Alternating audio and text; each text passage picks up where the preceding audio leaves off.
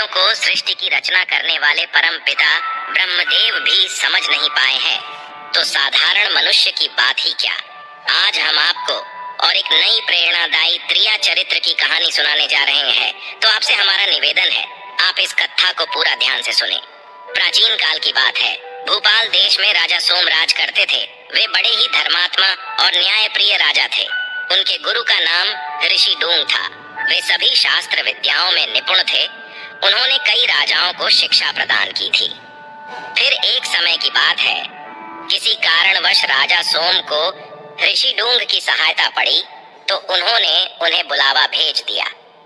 वहीं दूसरी ओर जब राजा का बुलावा गुरुजी को मिला, तो उन्होंने सैनिकों को बोला कि तुम आगे निकल जाओ, मैं कल आ जाऊंगा। ऋषि डूंग एक भिक्षु थे जो हमेशा पैदल चलते थे तथा भिक्षा मांगकर ही अपना जीवन व्यापन करते थे। मित्रों, अपने शिष्य राजा सोम का निमंत्रण मिलते ही ऋषि उनके राजधानी की ओर चल पड़े। तभी चलते चलते उन्हें रास्ते में ही शाम हो गई। संध्या के समय वे एक गांव में जा पहुंचे। वहां पर उन्होंने देखा कि एक किसान अपनी स्त्री के साथ जा रहा था। ऋषि ने उस आदमी से कहा, भाई, मैं एक यात्री हूँ, आगे मुझे बहुत दूर राजधानी जाना है, पर रात्रि होने के कारण मैं अब आगे नहीं जा सकता। कृपा करो आज की रात आप मुझे अपने घर में ही आश्रय लेने दो। जैसे ही सुबह हो जाएगी मैं यहाँ से चला जाऊंगा।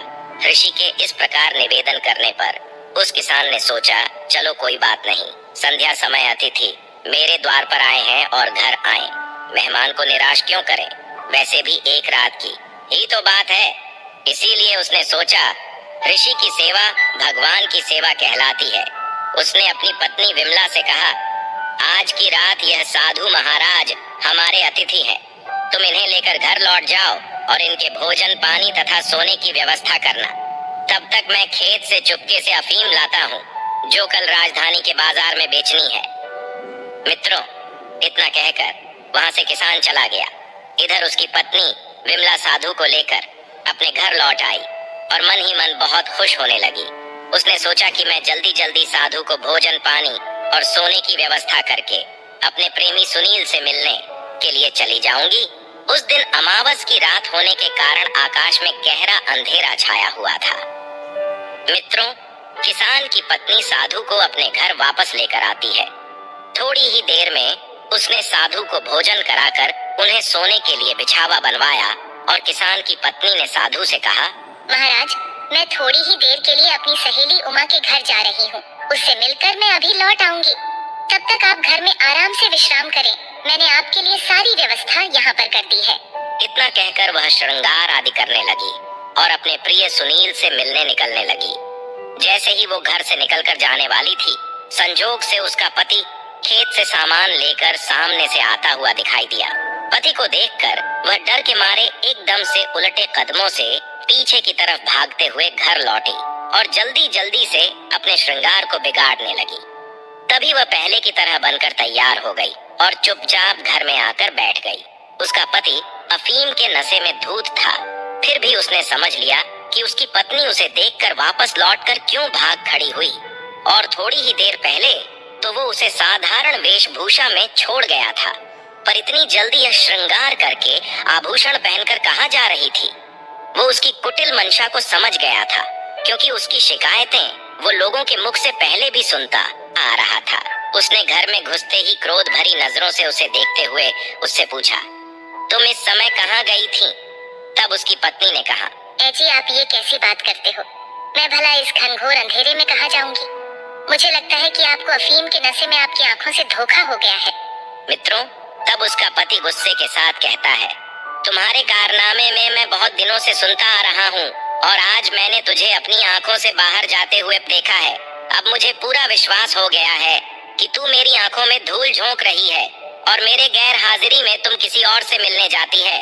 रुको, आज तो मैं तेरा अच्छा इलाज करूंगा।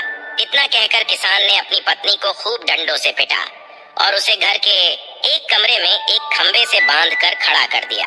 काम के थकान और नशे के कारण वो भी जाकर सो गया। वहीं दूसरी तरफ किसान की पत्नी की उमा नामक सहेली थी, जिसका पति राजा के यहाँ सैनिक का काम करता था। जब उसने पति को थक करके गहरी नींद में सोते हुए देखा, तो मौका के फायदा उठाकर वह अपनी सहेली से मिलने गई और बोली, अरे ओ विमला, सुनील तुम्हारा प्रियकर गांव के बाहर तुम्हारी प्रतीक्षा कर रहा है। तुम उसके पास जाओ, वो बहुत गुस्से में है, जल्दी से जाओ। मित्रों, तब उमा विमला से कहने लगी, अरे ओ उमा, बात तो तुम्हारी ठीक है, पर मैं इस समय कठिन बंधन में जकड़ी हुई हूँ। मैं बाहर कैसे जा सकती हूँ? और दूसरी ओर मेरा पापी पति पास में ही पड़ा सो रहा है। अब तू ही बता मैं क्या करूँगी? तब उमा कहने लगी, विमला तू चिंता मत कर, तेरा पति नशे में धूत है, यह सुबह से पहले नहीं जागेगा। मैं एक काम करती हूँ, मैं तेरा बंधन खोलकर तेरी जगह पर मैं खुद बंधकर खड़ी हो जाती हूँ। मित्रों, विमला को उमा की बात अच्छी तरह से समझ में आ गई थी। तभी उन दोनों ने वैसा ही किया। विमला ने अपनी सहेली को अपने स्थान पर बांधकर खड़ा कर दिया और स्वयं अपने मित्र के पास चली गई।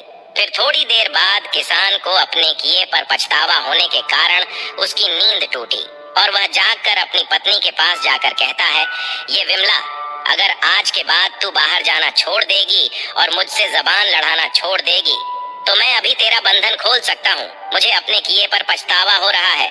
मित्रों, पर उस बेचारे किसान को क्या मालूम था कि जिससे वह बंधन खोलने की बात कर रहा है वह उसकी पत्नी नहीं बल्कि उसकी कुलटा सहेली उमा है। तभी आवाज को पहचाना जाने के डर के कारण उमा ने उसकी बात का कोई जवाब नहीं दिया। किसान ने फिर वही बात दोहराई, वह फिर भी कुछ नहीं बोली। उसको निरुत्तर देखकर फिर से किसान का गुस्सा सर के ऊपर चढ़ा। अपनी पत्नी से प्रेम पूर्वक बातें करने बावजूद भी उसका कोई प्रति उत्तर न देखते हुए वह गुस्से के मारे आंख बबूला हो गया और उसने गुस्से में एक धारदार चाकू को उसकी तरफ फेंक कर दे मारा। तभी अचानक से उसकी नाक कट गई और वह उसे भला बुरा कहता हुआ फिर से जाकर सो गया। इधर वो साधु सारी कहानी अपने आंखों से देख रहा था। उधर काफी देर के बाद जब किसान की पत्नी विमला लौटकर वापस घर आई और उसने पूछा, अजी सहेली उमा तू ठीक तो है? मेरे जाने के बाद ये पापी जाग तो नहीं गया?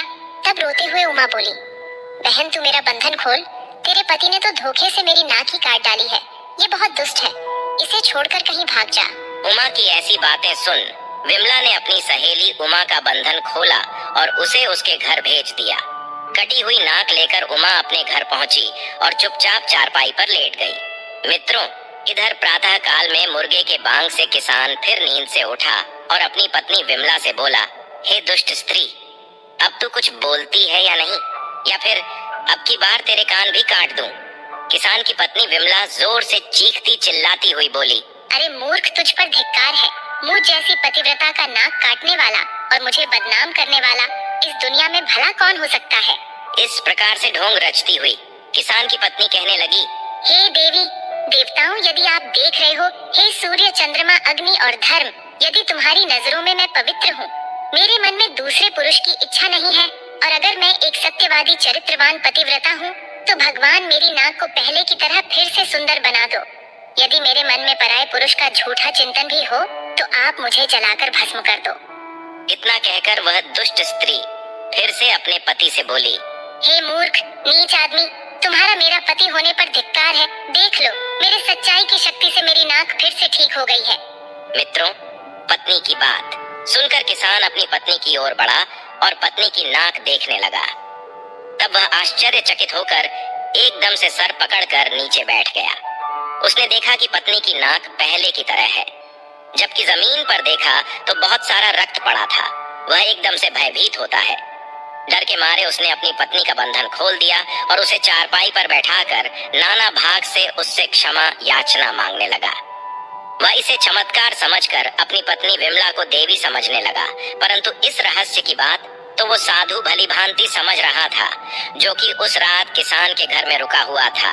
वह साधु पूरी रात जागकर उनका यही तमाशा देख रहा था। सुबह होते ही बोला, धन्य है स्त्री तेरी चरित्र की लीला। मित्रों, ये सब सोचते सोचते साधु की रात बड़ी ही मुश्किल से कट पाई थी। वहीं दूसरी ओर उमा की रात ये सोचते सोचते कट गई कि सुबह अब मैं अपने पति को क्या जवाब दूंगी, कौन सा नाटक करूंगी जिस कारण से मेरी नाक कटने का पता लगे। तो जब यह सब सोच ही रही थी कि इतने में उसका पति उद्धव, जो कि वह एक सैनिक था, वह अपने काम के लिए राजा के महल में जाने वाला था। वह तैयार होकर अपनी पत्नी से सी तलवार और कटार मांगने लगा, जो कि उसने पूर्व दिन के संध्या समय उसे दे दिया था। तभी उमा ने चिल्लाते हुए कहा, मैं बस घर की नौकरानी बन गई हूँ।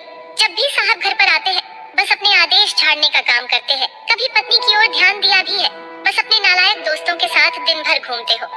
मित्रों, उसी समय सैनिक के मित्र वहां आते हैं और ये सारी बातें सुनते हैं। वही उमा अपने पति की तरफ तलवार और कटार फेंक देती है और उसे भला बुरा कहते हुए घर में वापस चली जाती है। अपनी पत्नी का अपने ही मित्रों के सामने ऐसा दूर व्यवहार देखते हुए उसने भी गुस्से में आकर अपनी कटार घर में वापस जाते हुए उमा की तरफ फेंक कर मार दी, जो कि उसके पैर को जा लगी। जैसे ही उमा ने पति को अपनी ओर आता देखा तो उसे मौका मिल गया था। तभी वह अपनी नाक पकड़कर चिल्लाते हुई घर से बाहर आकर कहने लगी, बचाओ बचाओ, मेरे पति ने मेरी नाक काट डाली है। मुझे बचाओ, इस दुष्ट ने मूठ जैसी निरपराध गुणवान स्त्री की नाक काट के मुझे कलंकित कर दिया है। कोई मेरी रक्षा करो वरना मुझे यह मार डालेगा। मित्रों, उमा के रोने चिल्लाने की आवाज सुनकर राजा के सिपाही दौड़े दौड़े आए और उमा के पति को पकड़कर राजा सोम के दरबार में हाजिर हो गए और बताया कि महाराज, इसने बिना किसी कसूर के अपनी स्त्री की नाक काट दी है तथा यह अपनी ही तलवार से जान से मारने की कोशिश कर रहा था। इसे कठोर दंड दिया जाए।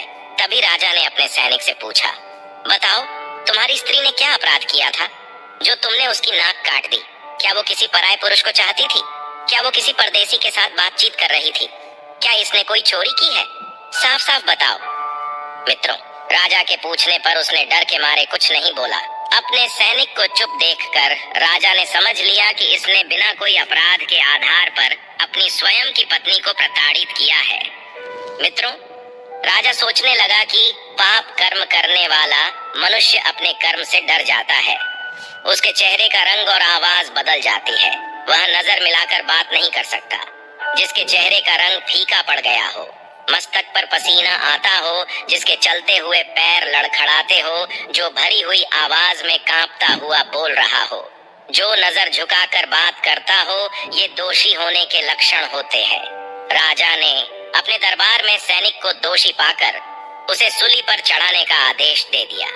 राजा के अन्य सिपाही बेचारे निर्दोष सैनिक को ही सूली पर चढ़ाने के लिए ले जाने लगे। उसी समय साधु महाराज अपने शिष्य राजा के दरबार में आ जाते हैं। राजा उन्हें प्रणाम करते हुए अपने गुरु को आसन पर बिठाते हैं। जब साधु ने उस स्त्री की ओर नजर घुमाई तब उन्हें वह रात का सारा घटनाक्रम उनके सामने आ गया और अपने राजा से कहा, हे राजन, ये एक त्रिया चरित्र की घटना है जिसके बारे में मैंने तुम्हें बताया था। किसी भी स्त्री के मामले में जल्दीबाजी में निर्णय नहीं लेना चाहिए। हे राजन, यहाँ अन्याय हो रहा है। यह सैनिक बिल्कुल निर्दोष है। इसकी उल्टा स्त्री ने इसे जाल में फंसाया है।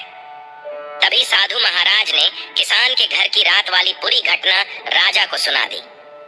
तब राजा ने गुरु की बात सुनकर तुरंत किसान को बुलाया और नाक काटने वाली बात पूछी तो उसने राजा को सारी सच्चाई बता दी। तभी राजा ने किसान की पत्नी विमला को राज दरबार में बुलाया। मित्रों, जब वह दोनों कुलटा स्त्रियां राज दरबार में उपस्थित हुई तब उन्होंने देखा कि वह साधु राजा के पास बैठा है जिसने रात का किया कराया चुपके से देखा था और उन दोनों के पति भी राज दरबार में मौजूद है। तब जाकर उन्होंने अपने गुनाहों को कबूल किया। फिर राजा ने किसान और सैनिक दोनों की पत्नियां विमला और उमा के नाक कान कटवाने का आदेश जारी कर दिया तथा राजा ने उन दोनों को राज्य से बाहर निकाल दिया, यह कहकर कि इस राज्य में सभी को मान सम्मान से रहना चाहिए। वही उन दोनों के प्रमियों को पराई स्त्रियों के साथ संबद्ध रखने के कारण कारावास में भेज दिया और फिर से राजा ने सैनिक को अपना पद वापस देकर सम्मान के साथ काम पर रख लिया। तो दोस्तों, इस प्रकार से हम जान सकते हैं कि कुलटा स्त्रियां अपने पाप को छिपाने के लिए क्या क्या नहीं करती हैं। स्त्रियों को अपने लालच और काम वासना के आगे कुछ भी दिखाई नहीं देता है। इसीलिए ऐसी दुष्ट स्त्रियों से सावधान रहना चाहिए और कभी भी उन पर भरोसा नहीं करना चाहिए। यदि कोई स्त्री पतिव्रता होने का ढोंग करती है तो उस पर छिपकर नजर रखनी चाहिए, क्योंकि ऐसी स्त्री पति के पीछे पर पुरुष से मिलने के लिए जाती है। साथ ही जो स्त्री पति के दूर जाने पर सजती संवरती है, ऐसी स्त्री के लक्षण ठीक नहीं होते हैं। जो स्त्री हर रोज नए नए वस्त्र पहनकर बाहर जाने का बहाना खोजती है या फिर पति से एकनिष्ठ रहकर प्रेम नहीं करती है, तो जाहिर सी बात है कि वह किसी के साथ घूमने जा रही है। मित्रों, शास्त्रों में कहा गया है कि जहाँ पर स्त्री की पूजा होती है वहीं पर लक्ष्मी निवास करती हैं, और जहाँ पर स्त्री का अपमान होता है वहां से लक्ष्मी रुष्ट होकर चली जाती है। हमारे शास्त्रों में स्त्रियों को घर की लक्ष्मी कहा जाता है। अगर शुभ लक्षणों वाली स्त्री घर में रहती है तो उस घर की सदैव उन्नति होती है, किंतु अगर स्त्री में अशुभ लक्षण हो तो वह घर बर्बाद हो जाता है। दुष्ट स्त्रियां हंसते हुए पुरुष के साथ समय देखकर हंसती हैं, रोने वाले के साथ रोती है तथा जो उन्हें पसंद नहीं है उसके साथ मीठी मीठी बातें करके उसे वश में रखती है।